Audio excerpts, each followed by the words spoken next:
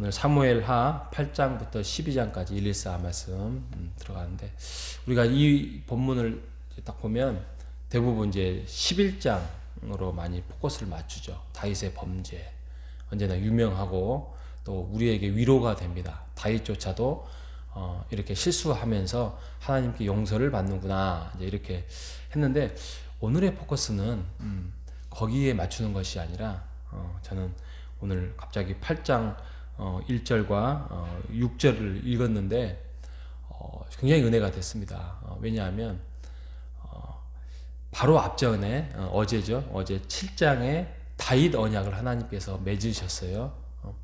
다윗 언약을 맺었다는 것은 제가 이제 주일날 조금 더 이렇게 확대해서 말씀을 전할 텐데, 이 다윗 언약에 주는 메시지가 굉장합니다. 그러니까 다른 언약도 있었어요. 뭐 아담과의 맺은 언약, 모세와 맺은 언약, 또 뭐 노아와 맺은 언약이 많이 있었는데, 이 다윗 언약이 완전 업그레이드예요. 업그레이드. 완전히 어떻게 보면 업그레이드가 아니라 완전히 새로운 판을 새롭게 짜여진 그런 언약입니다. 그래서 뭐 다윗 언약의 어제 말씀대로 이제 하나님께서 어떤 죄 속에서 거할지라도 노아의 홍수처럼 이렇게 쓸어버리지 아니하고, 또 뭐 어떤 모세와 맺었던 그 이스라엘 백성과 그 언약은 어떻게 보면 너희들이 축복과 저주 속에서 살게 할 텐데 너희가 잘하면, 이런 조건절이 붙어요. 잘하면 축복을 받고 잘못하면 저주를 받는다, 이제 이런 인데, 다윗 언약은 그러지 않습니다. 다윗 언약은 너희들이 잘못했을지라도 그럼에도 불구하고 내가 너의 아버지가 되고 아들이 될 것이다. 그 아버지와 아들이 될 것이라는 메시지가 처음 나와요. 저는 그 주일 설교를 이제 준비하면서 굉장히 전율이 왔는데, 그 전율은 다시 한번 주일날 만끽하시길 바라고, 그러면서 아버지와 아들과의 그런 언약 관계를, 다윗 언약을 맺고 난 다음에 여기 보면 이제 8장 전쟁을 했어요. 그러면서 전쟁을 하고 뭐 모압을 치고 뭐 조공도 드리고 뭐 또 뭐 보병도 또 말도 또 모든 것들을 이제 사람들을 전쟁에서 승리케 하고 또 전리품을 가져오고 하는데, 금방 8장 6절 마지막 부분 뭐라 하죠? 8장 6절 마지막 부분, 다윗이 어디로 가든지 여호와께서 이기게 하시라. 다윗이 싸움을 잘해서가 아닙니다. 지금 이게 무슨 신앙의 믿음이 좋아서 그런 게 아니라 이제부터 다윗 언약 속에서 하나님께서 그를 성취해 나가는 것입니다. 그래서 어디로 가든지 여호와께서 이기게 하시니까, 하나님의 언약, 그 다윗 언약을 통하여서 이제 다윗의 인생이 점점점 상승 곡선을 가요. 이게 8장은 제목을 붙인다면 다윗 언약의 현실화예요. 하나님께서 그 나라를 이제 확장시키시고 또 그 확장시키고 또 강하게 하고, 그런 거에 대해서 다윗은 또 순종을 잘해요. 그래서 하나님께 마음을 다하여서 사랑하고 의지하고 순종하는 그런 모습들, 그 순종하는 그 모습의 그 아름다운 그 모습이 구장이 바로 다윗이 사울의 왕가인 무비보셋, 그러니까 사울의 손자죠. 그리고 요나단, 친구 요나단의 아들이죠. 그를 찾아가지고 자비를 베풀어요. 대부분 이 정도 되면 일반 사람들은 복수를 해요. 너가 말이야 다윗의 왕가였어. 다윗의 왕가는 이제는 아니죠. 사울의 왕가였어. 사울의 왕가는 이제 무너졌어. 그러면서 뭐 귀양을 보내거나 목숨을 끊게 하거나 한데, 다윗은 그러지 않습니다. 아예 그냥 데리고 와서 한 상에서 같이 밥을 먹고 그렇게 은혜를 베푸는. 왜? 하나님께 은혜를 받았기 때문에. 하나님께 은혜를 받은 사람이 은혜를 베풀 수 있습니다. 하나님께 사랑을 받은 사람이 사랑을 베풀 수 있는 것입니다. 그리고 10장에 가면 또 암몬에게 자비를 베풀었는데 그것으로 인해서 또 오해를 하게 돼요. 이것은 계략이다 그러면서 하는 거에 대해서, 야, 더 이상 이 부분에 대해서는 안 되겠다 그러면서 그 다윗의 군사인 요압 장군이 암몬 족속을 정벌하면서 승리하는, 그래서 나라가 더 확장되어 나가는, 하나님께서 그 어디에 가든지 간에 승리를 가지고 오게 하는 장면이 있습니다. 11장 아까 말씀드렸던 것처럼 그 우리아의 아내를 범하게 되고 다윗이 그 범죄를 행하게 되죠.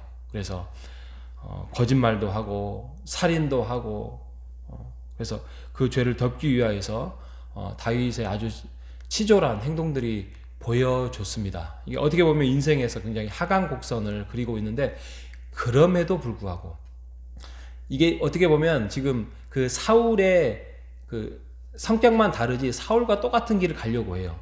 사울은 뭐 제사를 침범했고 또 잘못된 행동을 전쟁에서 진멸하라겠는데 진멸하지 않고 그러게 했잖아요. 그러면서 점점 그 죄악으로 하락하는 모습들을 우리가 봤는데 어떻게 보면 다윗도 그럴 수 있었어요. 다윗도 이것은 더 큰 죄악이잖아요. 그런데 다윗은 그러지 않았어요. 다윗이 그러지 않았기 때문에 우리가 다윗을 본받자 다윗이 위대하다 이 말씀을 드리고 싶은 것이 아니에요. 그 마음속에 회개의 영을 허락하시고 하나님께서 이 다윗 언약이라는 걸 통하여서 깨우치게 하고 뉘우치게 하고 그 죄를 드러나게 하신 거예요. 그로 인해서 다윗은 철저하게 또 순종을 하게 됩니다. 만약에 불순종했으면 어떻게 됐을까? 더 하나님께서 채찍으로 다 다루실 거예요. 그리고 내치지는 않습니다. 왜? 다윗 언약이기 때문에. 우리도 다윗 언약을 맺은 하나님의 백성임을 우리가 고백해야 됩니다. 이게 은혜입니다. 이게 은혜예요. 다윗은 사울과는 다른 모습을 취하지요. 그래서 회개하는 다윗이 12장에 나오죠. 나단 선지자의 지적으로 더 회개하고 더 철저하게 회개하고 하나님께서 용서를 베풉니다. 징계를 피하지는 못합니다. 그 징계로 인하여서 그 뱃속에 있는 아기는 죽습니다. 그런데 다윗 언약으로 인하여서 징계는 너희가 받겠지만 내가 내치지는 않겠다. 왜? 너희는 나의 자녀가 되고 나는 나는 하나님이 아버지가 되기 때문이다 라고 말씀하고 있는 것입니다. 여러분, 우리는 하나님과 자녀된 사람들입니다. 이게 그러니까 글쎄요, 아버지라는 상이 어떤 상이 있는지 모르겠습니다. 어떤 사람은 아버지가 싫어할 수도 있고 또 아버지가 무서운 분이 될 수도 있고 또 아버지에 대해서 별로 혐오할 수도 있을 수 있습니다.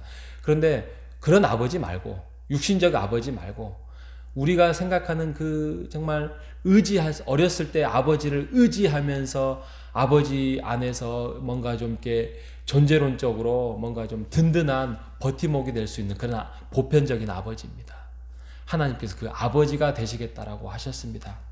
우리의 인생에서 어디를 가든지 간에 그 인생 속에서 하나님께서 우리의 문제를 해결시켜 주시고 그 문제 속에서 하나님이 우리를 이끌어 주시고 결국에는 하나님의 나라에서 영원한 하나님의 자녀로서 우리를 품어 주시고 이끌어 주시고 세워 주신다라고 우리가 요한계시록까지 가면 그 말씀을 하고 있는 것입니다.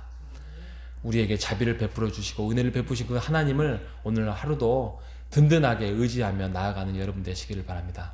혹시 우리가 죄 속에 거할지라도 그래서 죄를 거하겠다는 게 아니라 그 죄를 우리가 탐욕 속에서 살겠다는 것이 아니라 죄 속에 빠질지라도 하나님의 은혜 가운데에서 아버지가 되신 이 다윗 언약을 오늘도 이루어 가시는 하나님을 믿고 오늘도 든든히 하나님을 의지하며 살아가는 우리 복된 교우들이 되시기를 주님의 이름으로 축복합니다.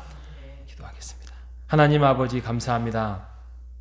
인생 속에서 승리가 있고 또 추락이 있음을 우리가 고백합니다.